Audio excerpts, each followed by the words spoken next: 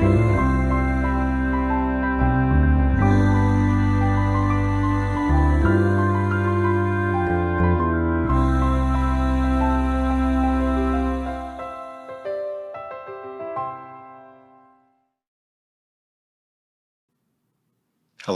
and welcome to Book Circle. I'm Earl Weinberg.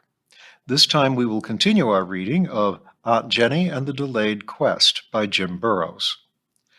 Aunt Jenny is now entering Djinnistan to meet with the king of the Djinn, and with her come her longtime companions, Sasha and her pets, but also a dwarf, a peri, and a male dryad. Chapter 15. In the Mountains of Kaf. As they made their way off of the ferry, Finna spoke to Aunt Jenny. "You are carrying a thing of power." She gestured toward Aunt Jenny's bag. "You mean the serpent crown?" "Yes, you should not strive to hide it. Too many of the denizens of this realm can feel it. You cannot conceal it, and trying makes you look like a thief or afraid. It will encourage distrust or conflict." "Really? Then what? Wear it? But it is not mine. I do not rule Patala." She removed the circlet that Maeve had made her, the twined oak, ash, and thorn. "This is mine." The peri smiled. "May I see them both?" She held out her hands. After a moment's thought, Aunt Jenny drew the serpent crown, still wrapped in silk, out of its compartment in her bag. Finna took the package from Jenny and unwrapped it, exchanging the silk for the fairy circlet. "If I may?" asked Finna. Before Aunt Jenny could answer, the fairy circlet and the hand holding it began to glow, and while Jenny looked on, its silver sprigs started to move as if alive. Finna brought them together with the entwined snakes of the serpent crown. The sprigs curled and twisted, crawling in among the serpents, and in just a few moments there was only a single crown of intertwined sprigs and serpents. Finna held the crown up and examined it closely. At the peak, in what would be the front when it was worn, two serpent heads faced each other, bent and distorted from when the jewel they had supported had been torn from them. She stroked them ever so gently, as if petting living animals. They responded by rising up slightly and facing each other, fangs bared. "There," she smiled and crowned the 12th Queen of Avalon with the entwined serpents and branches. "Much better. Now you look the part." "Which part?" "That of a visiting queen come to meet with the genie king, of course." She smiled, then turned to rest a hand on the neck of her horse. "Shall we?" And with that she leapt into the saddle in a move that Aunt Jenny was certain relied on the peri's ability to fly. She followed suit, swinging up onto her own mount in a more conventional move, with merely the grace of a human equestrian with more than half a century in the saddle. Helgrim's ponies were strong and high-spirited, and for the next several hours the party proceeded at the ambling speed of the Tolt. They made excellent time. By early afternoon they were cresting the first ridge at the foothills, and the mountains were beginning to loom. "Ladies!" cried three, pointing at the sky, where they could see 3 dragons winging their way toward them. "Not just there," said Philum in hushed tones. "There are walkers in the woods closing in on us. Follow me." With that he urged his mount into its flying gait. Aunt Jenny had the leads of the 2 pack horses, and it took a bit to urge them into the faster gait, so she found herself bringing up the rear. Seeing this, Sasha wheeled around to take up the position behind her. A few minutes' ride brought them to a small clearing surrounded by tall trees. The road split to either side of a rock outcropping on the far side. "Make our stand here," called Philum, halting by the rock. And with that he climbed up to first stand on his saddle and then continue into the lower branches of the overhanging oak. The tree seemed to bend its limbs to catch him. Drumthortle dismounted and clambered up onto the rock, axe in hand. Jenny and Sasha unlimbered their bows and adjusted their quivers to be in easy reach. The peri rolled her shoulders and twisted her neck. Her wings emerged from her back and spread wide. The three dragons were circling now, but the clearing was small enough and the trees tall enough that it was clear that only one could attack them at a time. With an unexpectedly blood-curdling cry, Finna leapt into the sky, wielding a sword and shield that she had not held moments before. The ponies began to prance and rear. Jenny lowered her bow, no clear target in sight, and strove to gentle them. "Here they come!" Philem's voice fluttered down from the tree branches, and in a moment a half-dozen, then a full dozen attackers ran into the clearing from all sides. Dark-fanged, almost serpentine humanoids who crouched, slightly bent over, counterbalanced by broad, stubby tails. They wielded swords, spears, and daggers, and were snarling. The horses bucked and cried. Sasha managed to fire 2 arrows before 3 of the beastmen were upon her. One of her targets screamed as it struggled to pull the arrow from its shoulder. The other fell and was trampled by its charging comrades. Sasha dropped her bow, drew the sword, and slashed down at one of her attackers. It screamed in pain. Aunt Jenny, struggling amid the panicking pack horses, her own mount rearing, managed to loose 1 arrow before the attackers were in amongst the ponies. She wheeled her mount, which obligingly reared and pummeled an attacking beastman. She wheeled back the other way, only to see the attackers swarming around Sasha. Drumthortle bellowed and leapt from the rocks into the fray, his axe swinging. Above, the Peri, seemingly larger than before, was engaged with one of the dragons, its talons and her sword slashing. She buffeted it with her shield, and it flew just a bit too close to the great oak, which reached out and fouled its legs. Arrows shot up out of the branches into its haunches. It turned and slashed at the oak, whose branches responded by snatching at and entangling its legs and tail. Finna wheeled to face a second swooping dragon. Sasha went down, borne off her horse by the clamoring beastmen. Aunt Jenny spun in her saddle, her free right hand sweeping out in the direction of her falling student. "No!" she cried, and for just a moment the beastmen all froze at the sound of her voice. Sasha took advantage of the brief respite, leaping to her feet, her sword flashing as it slashed through the belly of one attacker to bury itself in the side of a second. The crown was cold against Aunt Jenny's head. The bow in her left hand dangled unused. The beastmen, roused from their momentary paralysis, turned and surrounded Sasha, who crouched low, arms spread wide, sword and shield ready, a grim look on her face, teeth gritted. "I said no! Depart!" yelled Aunt Jenny. One of the beastmen spun its head around to glare at her in shock and hatred. Sasha's sword cut deeply into its neck. Its eyes went wide with fear and realization. Sasha spun around, buffeting the falling beastman into 2 of its fellows, and resumed her ready stance in its place. Her back was toward Aunt Jenny now, but she could imagine the fierce glare on her student's face, the same one that had graced it a moment before, defiant, challenging, wild. "Depart!" Aunt Jenny was surprised to hear her own voice demand. She wheeled her horse and bore down on the beastmen. Behind her she could hear a horrendous scream, and she knew without seeing that Drumthortle's axe had taken another. Her horse stomped slowly forward. "Now!" she commanded.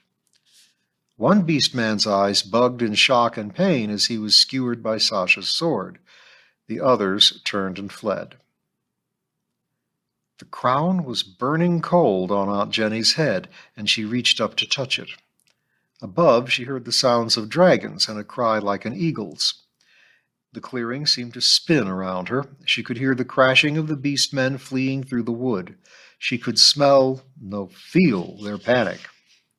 "Run, damn you!" she yelled after them. Sasha was standing, panting, staring up at her, sword and shield arms hanging down by her side. The Peri alighted in the middle of the clearing, smiling hugely, her once fine translucent robes hanging in tatters. Philem dropped out of the oak tree, landing beside Drumthortle. The dwarf reached up and tugged at a forelock sticking out from under his helm. The dryad swept an elegant bow. 3 smiled up at her. The woods were still. "Wow," one of them said. It was Sasha. Aunt Jenny turned slightly to look at her. "I never understood the term before," Sasha's voice trailed off. Aunt Jenny gave the girl a quizzical look. "Your Majesty," Sasha explained. She saluted Aunt Jenny with her sword and turned the fencing gesture into a bow. "Don't be silly, Alexandra," scoffed Aunt Jenny. "Oh, I'm not being at all silly," Sasha replied. A beast man moaned at her feet. Finna inclined her head, then spoke, her preternaturally beautiful voice breaking the spell. "That is how the role is assumed. Well done." The crown was cold and heavy on Jenny's brow. Finna strode towards her mount. As she did so, her wings folded, diminished, and disappeared. The tattered remnants of her robes rewove and cleaned to themselves, flowing over her, covering her nakedness at least to the extent they ever had. She leapt into the saddle. "I suggest we make our way quickly towards Djinnabad. They'll surely know we're coming now." Aunt Jenny shook herself. 3 handed her up her bow, which had lain forgotten on the ground. Drumthortle quietly slit the throats of 2 wounded beastmen and clambered onto his pony. Philum remounted and led the way. As evening approached, they entered the foothills. "Is your home nearby?" Aunt Jenny asked Finna. "You said that you lived in the foothills." "Yes, but not along our path. We could visit it, but it would delay us on our way into Djinnistan and its capital, which is that way." "I see."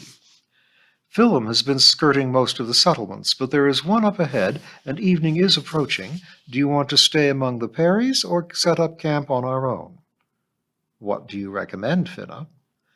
"A strange queen come to town will attract a lot of attention and curiosity. It will be hard not to be delayed. We Perrys can be quite demanding and persuasive. Perhaps it would be best to avoid that, Aunt Jenny." Finna called out to the dryad. "Philum, there is a stream and a clearing over that way. It will be a good place to rest and heal the Lady Sasha. Can you open a path?" "Yes, milady." "Wait," said Aunt Jenny. "What do you mean about healing Sasha? Are you wounded, Sasha?" "It's not bad, Aunt Jenny, just bruised ribs." "'Tis worse than that, Sasha," corrected the Perry. "This way," called Philum, and led them down a trail that hadn't been visible a short time before. The way was narrow, requiring them to proceed single file, and Sasha dropped back to bring up the rear. Aunt Jenny fretted all the way to the stream. As soon as they stopped, she had Sasha remove her armor so that the wound could be tended. While her armor had blunted much of the damage of the beastman's blade, many of the links had been damaged as well, and their sharp edges together with the blade left an ugly, jagged tear across Sasha's side, and 2 ribs were cracked. Removing the armor and the blood-caked padding opened the wound, which bled freely. "Sasha!" exclaimed Aunt Jenny. "How did you ride for hours without letting us know about this?" Sasha shrugged and winced. "I've never been wounded through mail in a sword fight before. I just thought I was battered and bruised some. It hurt and riding was uncomfortable, but—" She shrugged and winced again. 3 had fetched Aunt Jenny's medical supplies. She pulled out a clean bandage and pressed it against the wound to stanch the blood. "Press this tight, Sasha," she instructed. "We'll need to clean the wound and then bandage it. I can't stitch it up, though. It's way too ragged." She fetched the bottles of distilled alcohol and water and a pot of dwarven salve from her supplies. "Perhaps I can help?" offered Finna. "That would be wonderful," replied Aunt Jenny. "How?" "Clean the wound. I will provide bandages." Sasha gritted her teeth and sat still as Aunt Jenny washed it with the distilled water and alcohol and applied the salve, then pressed a fresh bandage to the wound to stanch the blood. No major vessels were cut, but there was still a lot of bleeding. Finna arrived from the stream, cupping something in her hands. When I'm ready, take away the bandage and with it most of the salve. Rinse it once more in your clean water. I can replenish it." She knelt down and said, "Now." When Jenny had rinsed the wound, Finna pressed something that looked like a thin lenticular piece of gelatin on the wound, smoothing it out with her hands. "What is that?" asked Aunt Jenny. "I'm not sure what you would call it. It is water from the stream, magically cleansed, and then made almost solid using elements drawn from the river plants until it is likened to a skin." "Magical hydrocolloid bandages? Well, doesn't that beat all?" "Is that what you would call it?" "Perhaps. It is at least a technical term for something that is sort of like that, though created by very different means." "I see, I think." "Ours back home acts a bit like replacement skin. They absorb the fluids, drawing away any filth and corruption, allowing the wound to heal. They reduce clotting and the need for it, and encourage new blood vessels to form, promoting skin growth." Finna smiled and nodded.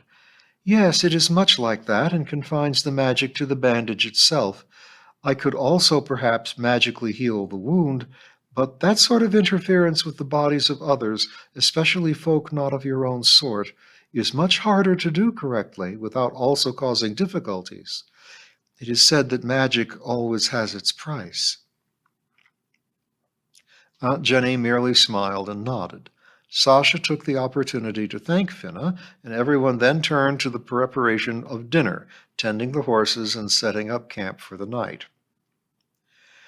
The next morning, Sasha was feeling much better, and after breaking their fast, watering, and feeding the horses, they broke camp and continued their journey into Djinnistan. They soon reached the mountains of Kaf and the road up the mountains into Djinnabad. That road was more heavily traveled than the roads and tracks that Philip had opened through the foothills, and they began to encounter traffic in and out of Djinnistan. Mostly they passed travelers coming down the mountain, but twice they overtook slower groups. Once they were passed by a genie or ifrit, clad in billowing robes, riding a huge black stallion at speeds no mortal horse could manage, even on flat land.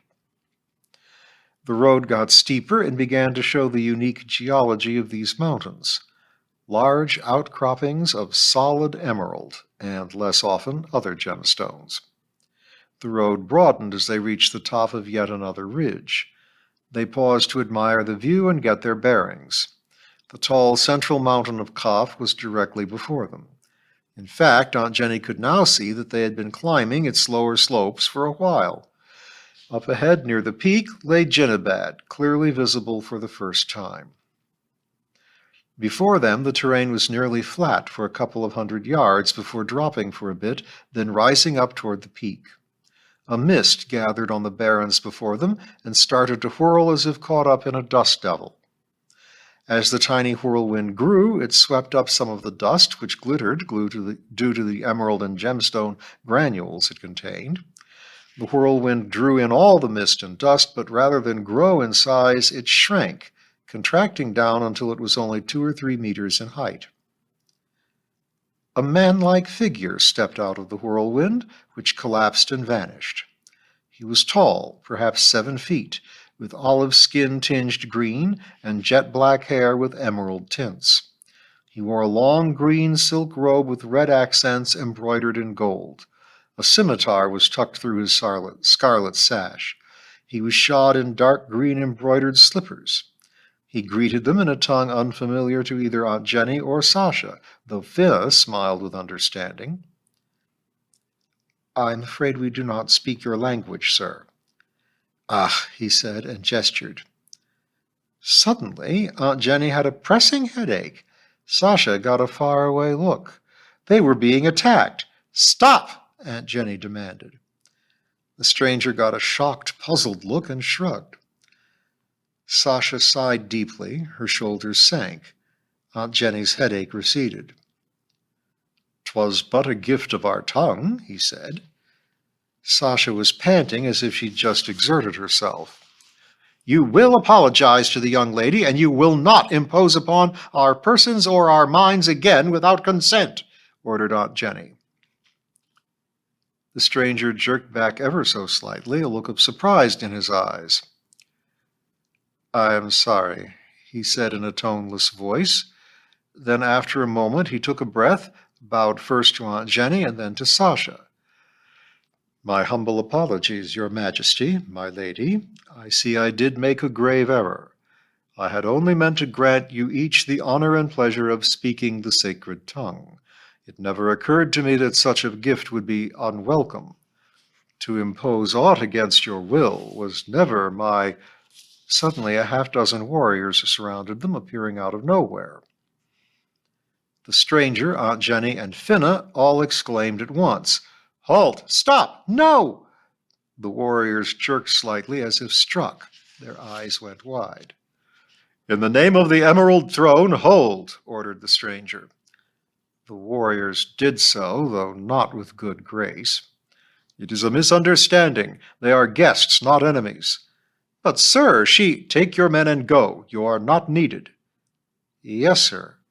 And the warriors vanished. "1,000 apologies more, Your Majesty. Or have I made yet another blunder? You are the great Jennifer, 12th Queen of Avalon, are you not?" The crown was burning gold, like the sting of dry ice upon her brow. Aunt Jenny replied, "I have been called that, Jennifer, the last Queen of Avalon, among other things. I prefer Aunt Jenny among friends." "May I earn the honor to so call you then, Majesty?" Aunt Jenny smiled and struggled not to reach for the icy crown. "If I may start again?" She nodded. "Peace be upon you." "And unto you peace," replied Aunt Jenny. "I am the messenger of the Lord of the Emerald Throne, son of the stars, father of Djinn, ordered to seek the power new come into this realm, and if that power be honorable, to offer transport and escort to the seat of the throne in Djinnabad." "Indeed," said Aunt Jenny, "it is our purpose to request an audience with His Majesty, King of Djinnabad. We come in peace." "Then if the ladies will allow it, it would be my honor to shorten the journey." And with that he made a sweeping gesture, taking in the ground before them and the distant city of Djinnabad. After a heartbeat, a gently curving bridge carved of emerald, or at least one end of it, began to appear, leading directly toward the city and ending in a gathering mist. "Very well," said Aunt Jenny. She looked to her companions. Each nodded assent, and so she turned her mount toward the bridge. Sasha urged her own steed forward and took the lead. The king's messenger strode to her side. Drumthortle took the leads of the pack animals and brought up the rear. In only a few dozen paces they were into the fog, and a few dozen more brought them out of it to stand before the gates of Djinnabad atop the mountain. The gate was flanked by half a dozen Djinnish guards. Though there was something of a similarity to their escort, the messenger and the guards were half again his height and far more massive. While he was rather handsome in an exotic way, their visages were distorted by large fangs and small horns across their foreheads. His olive skin was tinged with green. Theirs had a variety of tints. They wielded massive scimitars with ease. "Peace," he greeted them. "I bring visitors by the order of the exalted Majesty, Lord of the Emerald Throne, son of the stars, father of Djinn. Allow them to pass." The largest and ugliest, a towering, red-tinged, flat-nosed fellow with a long jet-black topknot, sneered at them and hefted his sword before gesturing toward the gate in a way that might have conceivably been regarded as welcoming, had he not bared his teeth in an evil grin. The messenger stepped up as if climbing the first 2 steps of a stairway, though there was none there, and walked ahead of Sasha, leading the way. She followed, though her pony sensibly kept its feet upon the ground.